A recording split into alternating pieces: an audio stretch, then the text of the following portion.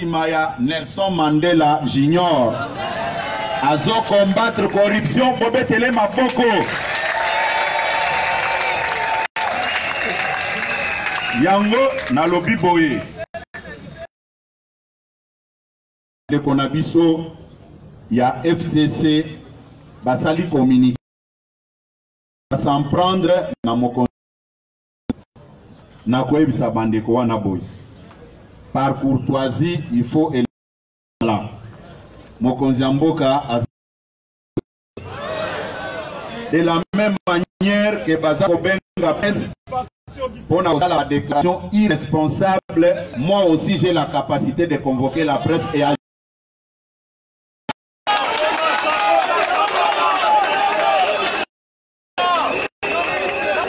Mbala Liboso IDPS viva Naza Kolo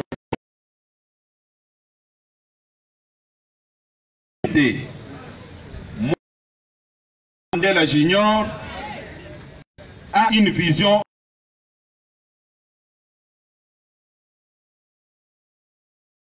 sortie médiatique ya Liboso Neti kuna pour se comporter de la même manière.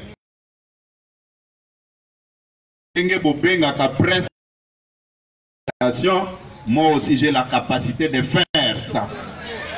Parce que nayebi dossier à moko moko. Na lobi nayebi dossier à moko moko. Soki bazana tembe. Biloko na Soza te pour la moto. Chef de l'État aza moninga na binote. Chef de l'État denga zawana azana base moko so ka bimi alobi e ko la bité. Nakosenga bandeko na biso wana Kabila, le président sortant. Mokonzi Mboka azako vivre na batu oyo bazaki nzinga na ye. Soki botali protocole azana ye. Azuika kabato bazaki liboso, il n'a pas tenu compte de leur passé. Soki botali garde du corps. Les gardes du corps reprochaient les militaires là, et Zaka Kabao Bazaki Lipso. Imposé pas Moutouté, il est en train de prêcher par l'exemple. Je suis venu pour la réconciliation et je dois le prouver.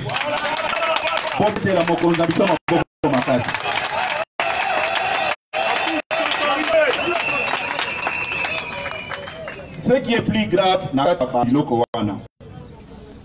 Nasna Ebisa Bango a maintes reprises.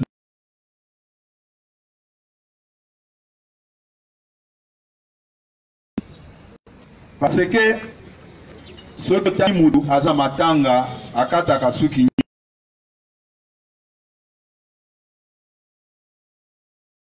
Yamwana Félix Tshisekedi. Boyebi que président Joseph Kabila a commandé Fouébélé ceux qui est belé. Et Zalaki message. Il peut se vivre. Zalaki message. Tant qu'on peut pas la passation pacifique civilisée du pouvoir, à Longali Mandefou, à Longoli Souri. Et Zalaki message à la Kisike Makamunyo Swakala et Tikali Sima, Tokomota la Liboso. Et puis, Nakoyeb Sabino Lokomoko. Batouana Eza flatterie. Ce que je regrette, c'est quoi? Pas se laisser manipuler.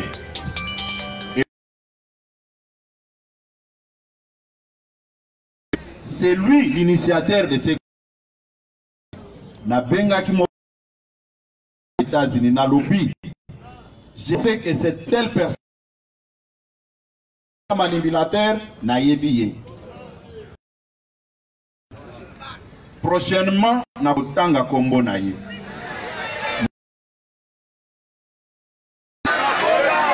Il de se vivre. IDPS viva.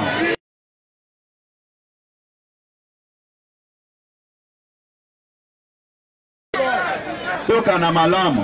Non. Même à ba institution na ye na moni batras na ye na bengi moko na bango eza ba mususu nyonso te mutu akosa bino te par yebisa batu verité te président Kabila yambaka bango te bino ke ona kinga kati wana eza me bato yo akoya yebisi kende ko yebisa bango boy na yebi eza pour na equipe na lobi na important benda bato na bino soki balingi to continuer na voie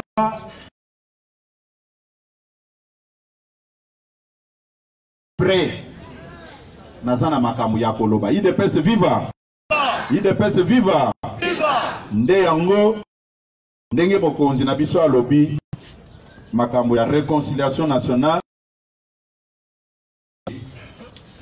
tokota na buzoba te andeko wana ke moninga na bango te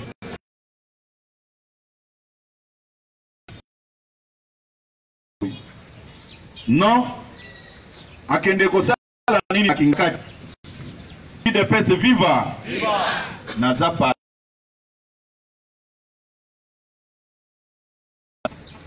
natanga kama kamu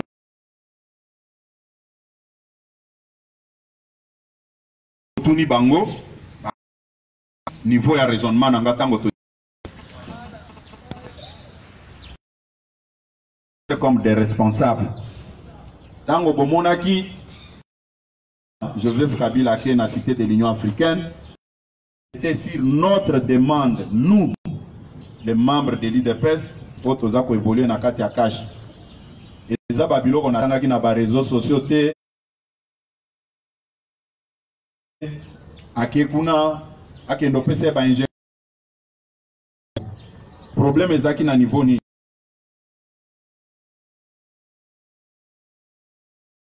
Comporter neti. Yo, mimi mobile ya bala yo, mais faut y en avoir pas na bino zolo qui âge, mais on dit qu'il faut avoir les poignées. Nous avons déjà accepté de sauver ce pays en coalition avec l'FCC.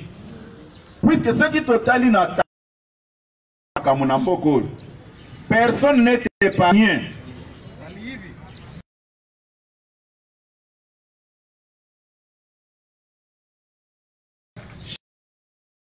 Makambo isale la biso na côté na biso IDPS. Eza boyete. To dramatiser kaka o ba salite.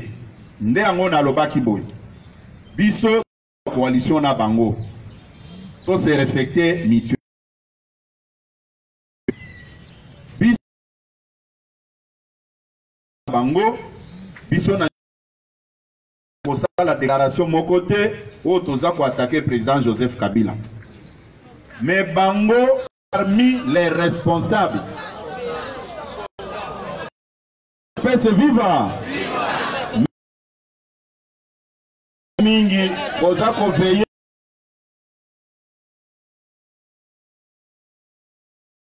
bato bakataka kebi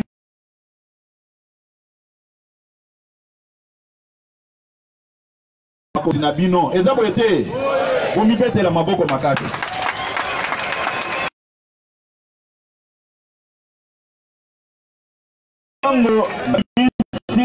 Tango na bimisi, s'il vous plaît, tango na bimisi carnet oyo eza pona ko pesa bisno information moko. Contrairement na ba buzoba oyo batu baza koloba.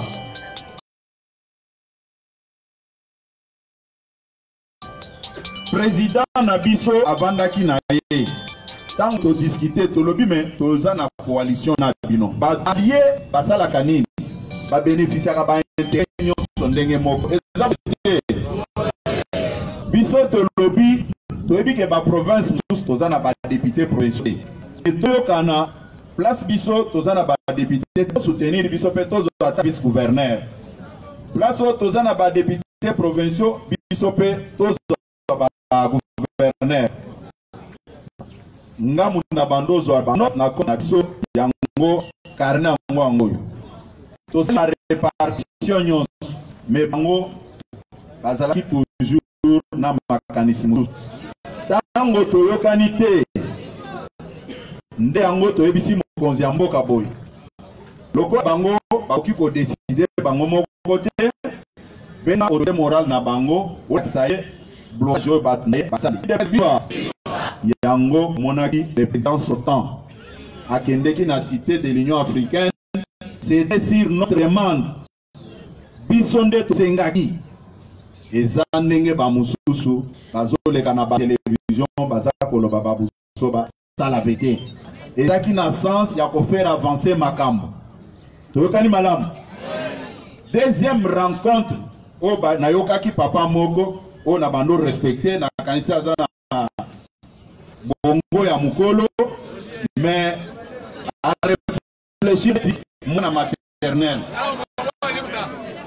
comment expliquer IDPS viva rencontre oyo ya kingakati eza eloko ya kobomba te neti tokende kobomba na esi mosongolo pakala.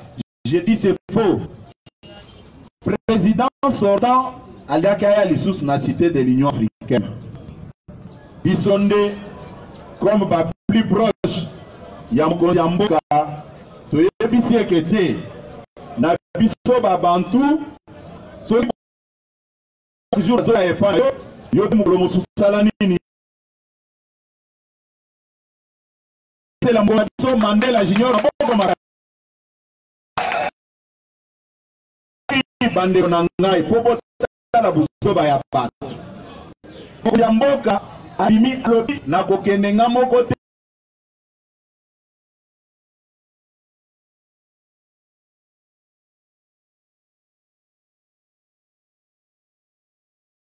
Prince Mikindo alobi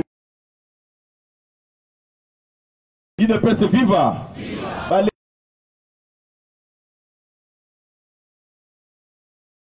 zongi me babi ezali ndenge nini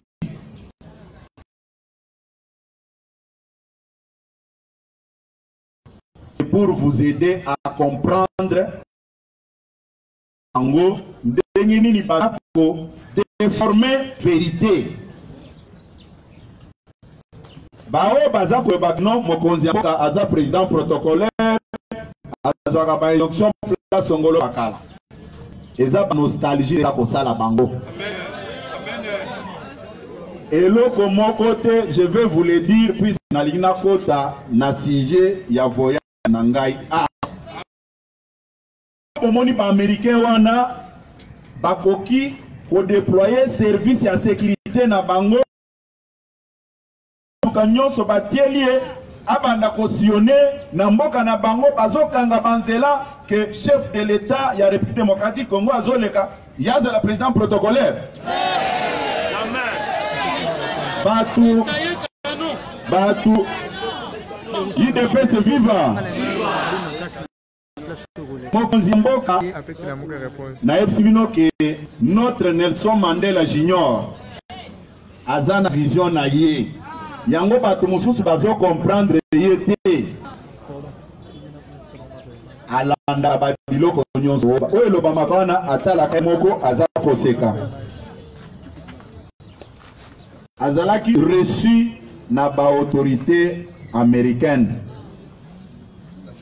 programme nyonso ezaki déjà tracé mutu na bango oyo abimaki awa oyo alobaki o vérité des urnes tango biso tokomi na Washington ayoki akimi ake na ye lobi je pèse bien mes mots akimi na ye mokonzi na niveau na ye te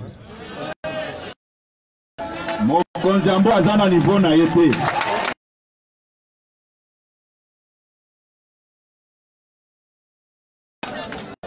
biso nde tofabrikaki ye awa lukuta wana azo ngai nasukaki na Washington pamba te.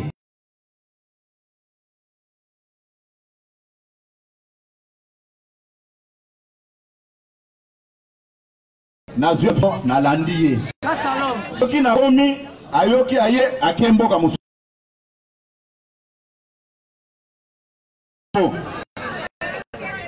tango na yoki ki plus na kokoma ya zate puisque na linga ko ya za niveau ya chef de l'état bino pe ba jeune na ko tale la bino boke ba comportement na bino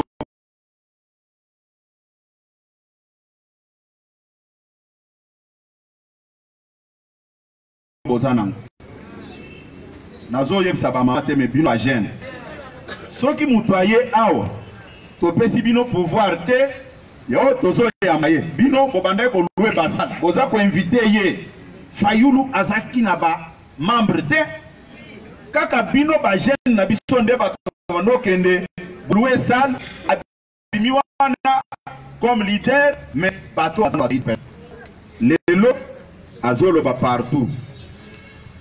Vérité des urnes. Je vais vous dire sans mâcher les mots, vérité des urnes s'appelle Félix Tshisekedi. Vérité des urnes. Vérité des urnes s'appelle Félix Tshisekedi.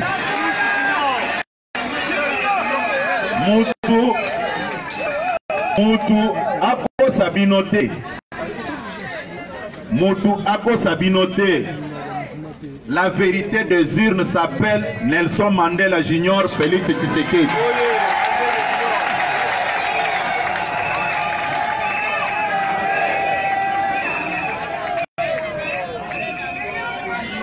Lelo naza ko sabino boy. Nga voyage au nasali. Ezap na bino. Nayebi tant to umeli na opposition tozalaki na ba partenaire na biso pe alibanda tozana ba parti ami bato bandaki ko plaider cause ya IDPS. IDPS viva viva.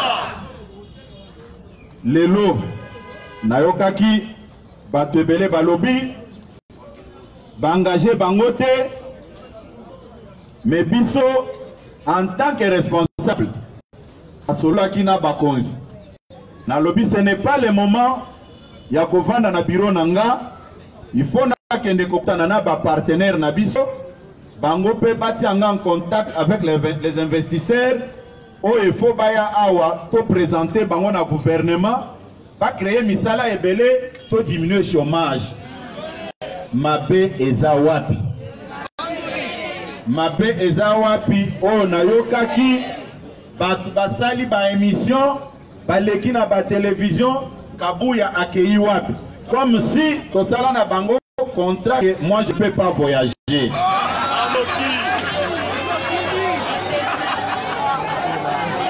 Soki batu mususu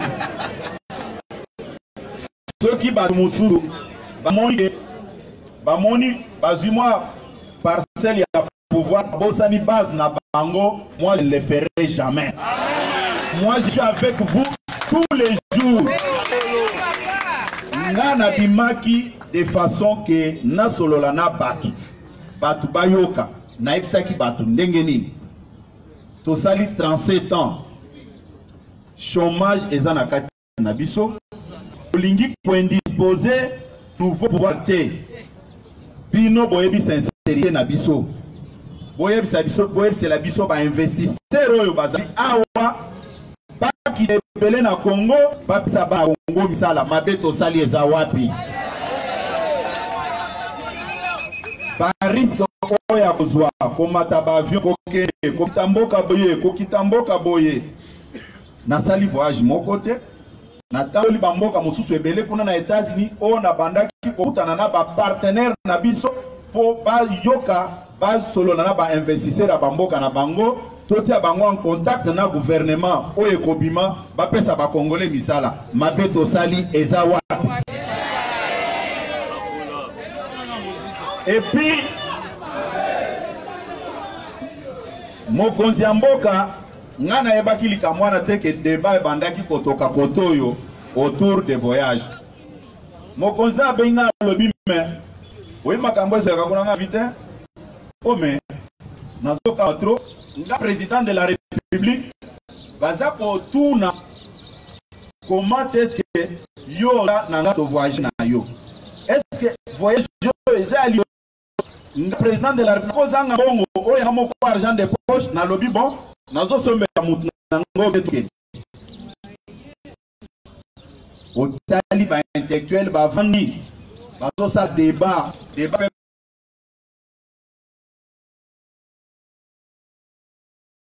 c'est pas que quand quelqu'un s'exprime en français, les gens laissent en doute. Il ne peut se vivre. Il va combattre la dictature nyoso. Pour combattre la dictature nyoso. Vous allez qui va professeur? Il ne peut se vivre. Na mona ki niveau ya raisonnement Nathalie na lobi mais oye loko mususu. Il ne peut se vivre. Batana basukeli wana te. Bakei même baninga na bino mususu bo contrôler bango. Il faut poser l'indépendant na esprit. Ce que midi mutu apesio $100, apesio $200 pour kende kofi bakonzi ya parti, pour le babusoba, pour le baboye. Keba naza kolo baboye. Ndeko nanga tozala honnête ponza ba pambola biso. Lelo nazo sala promotion ya Jean-Marc Abonde. Mais namoko na se rendre compte content si amwana mobali wana après tolé général ou le kaki na élection à sénateur à cause ya ba $20,000 $50,000 batu bandima ki kote ka bavwa na bango. Mais après la mort de c'est lui qui avait la signature. Il pouvait vendre l'IDPS à n'importe quel moment. Il ne l'a pas fait. Mais pour les 200 000, 20 000. Et puis, j'avance. Balobi, non, il faut fonctionner. IDPS viva. Naza Koebi Sabino, na nyonso et parti politique moko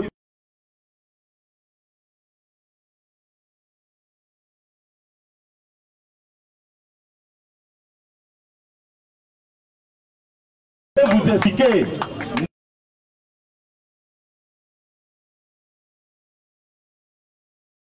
vous avez maillé les belés.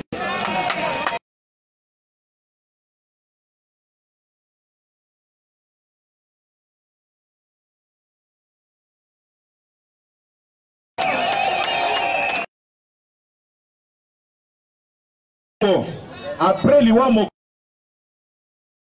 Mokoso, mais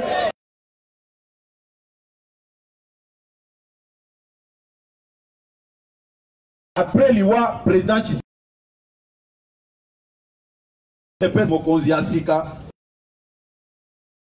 Félix Tshisekedi comment est-ce que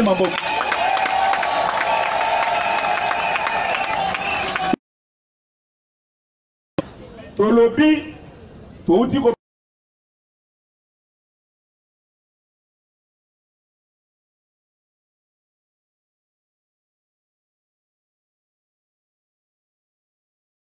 kala kosala exploit ya bongo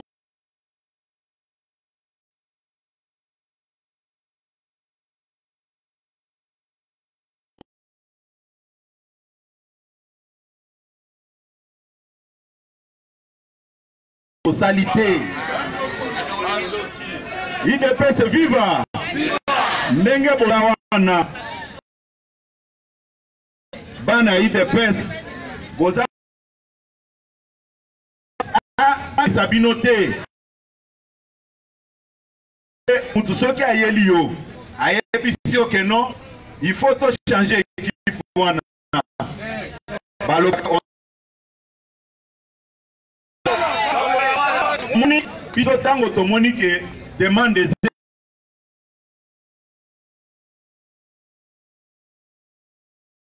oyo baya mbangu batia misala na mboka bakombata na biso nyonso bazala engagé chômage raisonnement na biso toza te kobeta maboko kokoma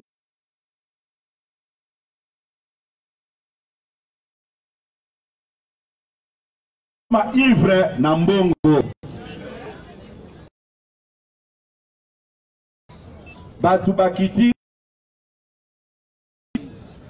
balobi mutuka munene oyo na wazwi mbongo wapi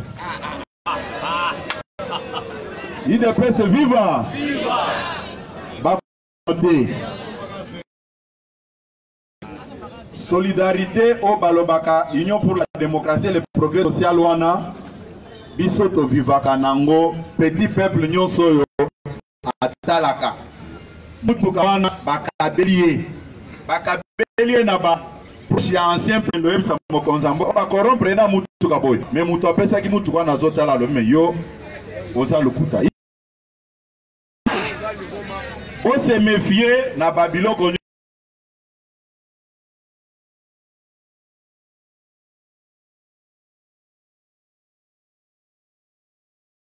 neti ndenge nazali awa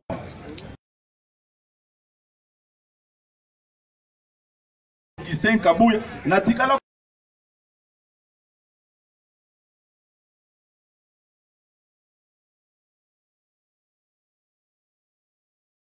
en tout cas il faut bien réfléchir avant de poser problème so parti otomoneli pas okutani borobike bato wana il faut bakende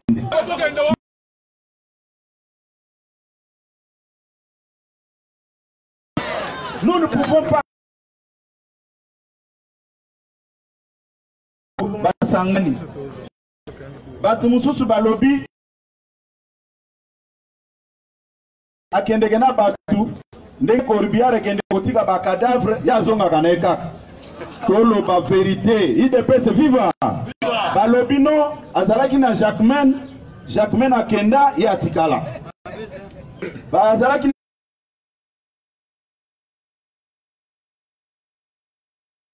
na mavungu akenda ye atikala IDPS viva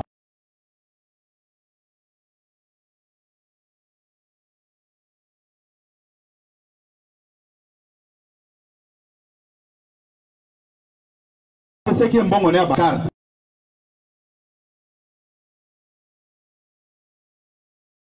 et boti makambo et boti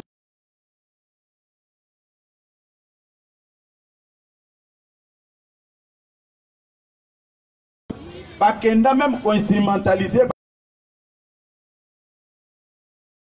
les secrétaires nationaux ngape nakenda inde tie pas président na tuni excellence monsieur le président tango pesa ki secrétaire général mbongo 300 000 $ ya carte ngana zalaki na yote comment soki likambo ebimi ya gestion mbongo olo baba kende ko entendre nga na commission de discipline alobi boy babengi si yo nga alobi oui na bisi convocation na PC alobi soki babengi oyebisa bango ke président alobi na ko répondre te IDPS viva tango babengi singa na yebisi bango ke président alobi na ya ko répondre te po na yebi likambo moko te tozo likambo ya mavungu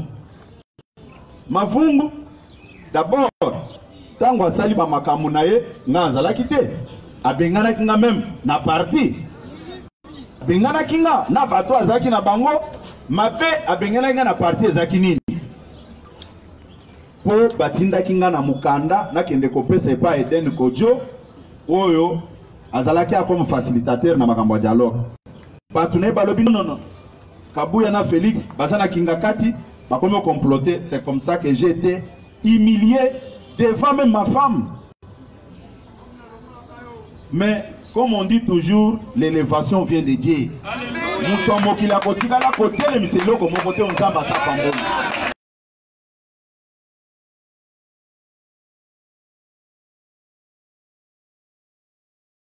faut que ça bat vérité.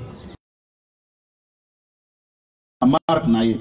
Ce que ça li kamunayo, collègue nao. Balobi, biso, tout pour petit bazu ba sénateur te na bakwen songolo pakata. IDPS viva. Viva. Na kwe sabino. Naza kokebisa bandeko baza na parti ou ba mener des marches wana ou ba kabi bambongo puisque j'ai tous les éléments. Si ça continue, na kotanga bakombo na bango. Comment expliquer IDPS viva? Bozela nano. Yo ozozwa député provincial à IDPS. Okenaye inde et pas mutu ya FCC. Olobi boy. Na memeli mutu moko apeso wae. Mouton. IDPS viva. Coup de chapeau na député provincial ya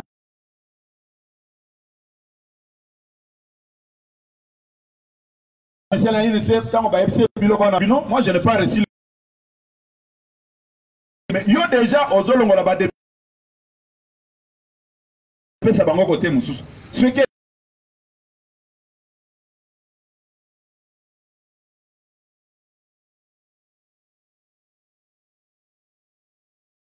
c'est un papa, un député provincial.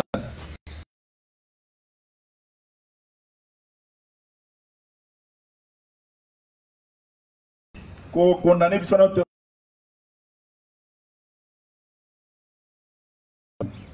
Quand on a bengi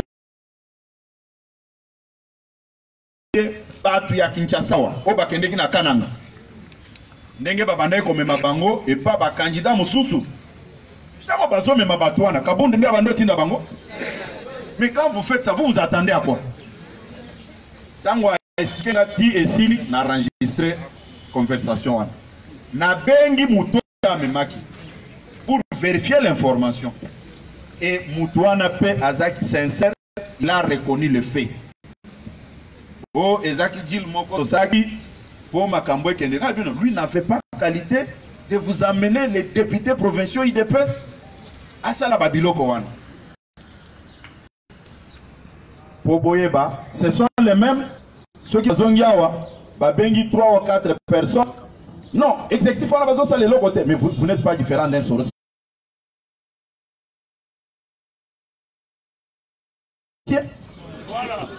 Vous n'êtes pas différent d'un sorcier. Sauf que sont à la capone à corruption. Mais on pouvait faire les chibas à la bassale en accueillir. Nous avons risqué nos vies ici.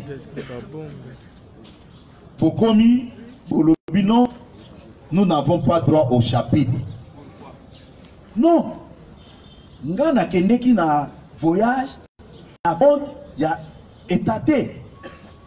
Mon consi responsable à Top Congo Azaïwana, coup de chapeau dans Ndeko Christian, puisqu'il avait dit la vérité. Moi, je recevais les gens comme autorité de l'IDPS. Même quand les gens de l'IDPS voulaient voir le chef de l'État avec leur dossier,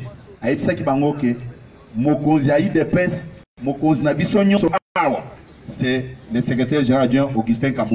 Prenez tous vos dossiers, remettez à lui.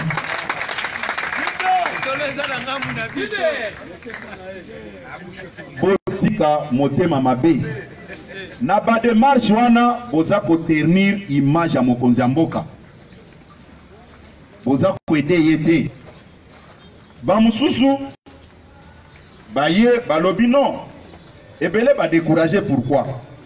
Et je profite de cette occasion pour avoir sabino lelo ebele bazo l'exatana bango Akoba mal contre l'actuel directeur des cabinets en chef de l'État, M. Vital Kamerhe. Baza Mayele était. Bobette le directeur des cabinets en chef de l'État, Maboko Makati. Vital Kamerhe, Azam Mayele, effectivement. Afouta qui $100 000 pour la caution. Pas à la candidat président. Mais Moutouana, tant on monique, Batouya Lamouka, Basali Bisoku, à l'obino. Il faut revoir l'ambition Nanga à la baisse. À l'objet, je désiste au profit il y a grande machine, tout soutenir. Mais soyons sincères. Moutouana Tokeneti, Tokomi na Bokonzi. Il faut qu'on remercie à monnaie des singes? Non, jamais. Hein? Bobé Télé Maboko Makasi.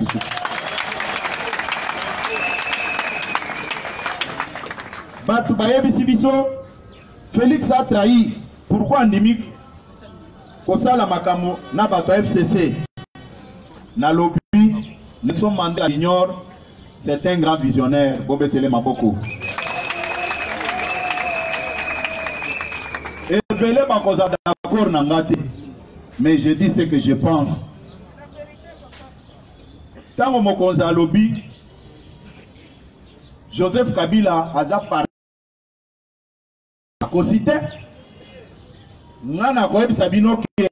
Il mérite cette considération. Il avait l'armée, il avait l'argent, il avait tous les services. Walingaki kosala biso mabe. Ayebi sabatunayé que botika buso bawana seke jinda gagner maponi. Botika yako mamokonza biso. Asali mabe. Asali mabe. Parce que nous avons toutes les informations. Bah, c'est qui est que c'est imposé Moutunabiso. Je ne suis pas prêt pour la Bouzoba. Félix Tshisekedi a gagné.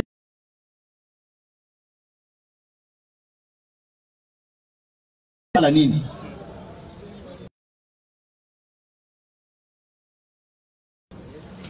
Bandeko balingi ko vivre na ba nostalgie. Kalobi a ko déboulonner dictature. Est-ce que Moutoumova zalaki na kiti ko déboulonner? Mais il y a mon na kiti wana. Mais le col a toujours nostalgique. Allez, presse Boya. Anomaki Luzolo Bambi, conseil spécial en matière de lutte contre la corruption. Et ça, moi, je suis Félix Tshisekedi. Mais Anomaki Luzolo Bambi, c'est ça qu'autorité moi na bango. Je ne suis pas conscient que ça ne va pas. Anomaki finit la réaction. C'est ça qui Félix Tshisekedi. Anomaki qui est la porte de la prison et ça grandement ouverte. Et ça Félix Tshisekedi. Anomaki tolérance zéro. Son Mandela Junior. La bateau par excès des ailes, comment Babeti Libanda pour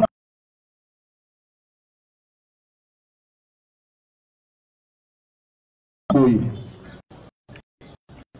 Tout c'est respecté mutuellement. Tokoyo Kanabiso tout que aéroport, Totiki Bami Banani, population et que régler par contre.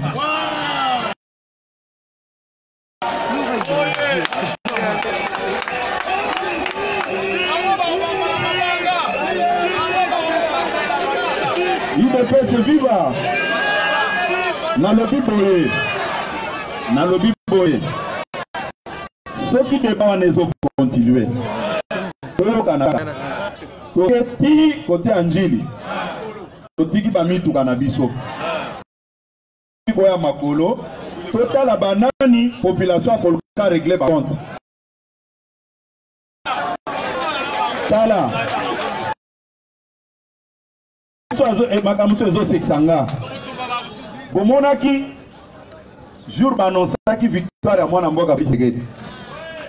Et c'est étendu de la République. Et ça peut être. Mais jour banonce ba résultat il y a ba député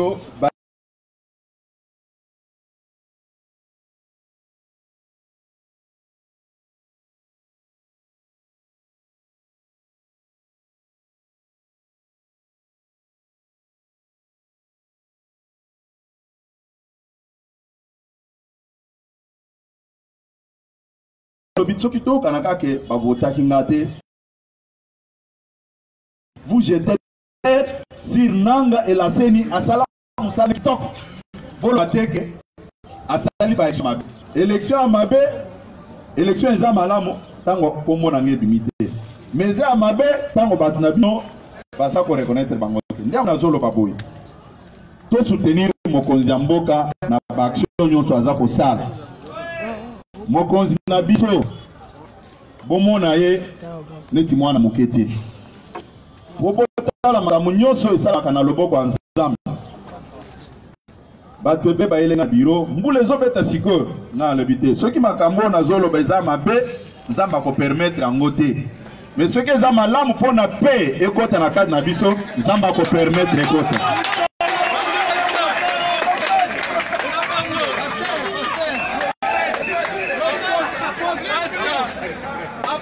Yango nalobi boye bino ndenge bozawana mutu aya ko distraire bino te o Félix abosani parti nayebi mbongo etamboli mingi balobi boye azaki na réunion na campus balobi ko coûte que coûte on neutraliser les 3K plus D 3K plus D c'est-à-dire neutraliser Kabonde, Kazak, Kabouya. Les deux là c'est Kamere et Kabila. C'est ça la démarche. Les 3K plus D. Il peut se vivre. Bakoko kabisote. Na koyebisa bino ke na ebisaki ba ndeko nyonso parti. Ngai na ko bouger te. Na kotika la na parti pona kotala na kokota pona ko détruire musala oyo etalema pendant 35 ans. 37 ans plus tôt. Nalobaki na kokendo vana na ba cabinet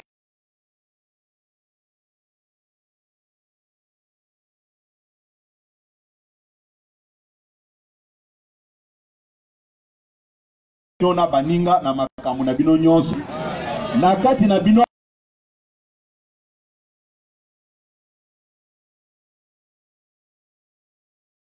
la situation nyonso ya pasi. Nous ne pouvons pas les faire. Yango na lobby voyage na ba investisseur à travers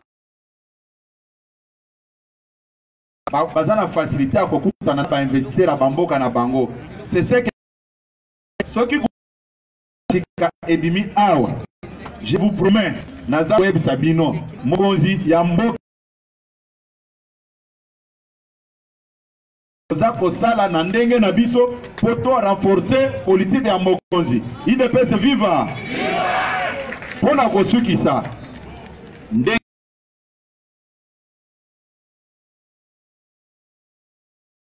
ya travaux ya 100 premiers jours. Ce qui beaucoup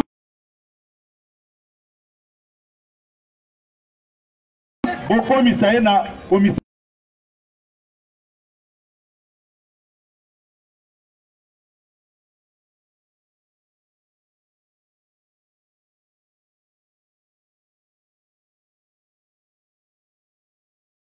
Sololi makambo etali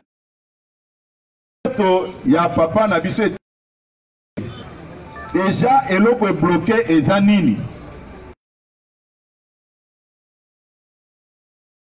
ba travaux oya molé na ye soki esili kaka neti lelo nga pona mokolo lelo na suki awa na remercier bino Nzambe pambola bino.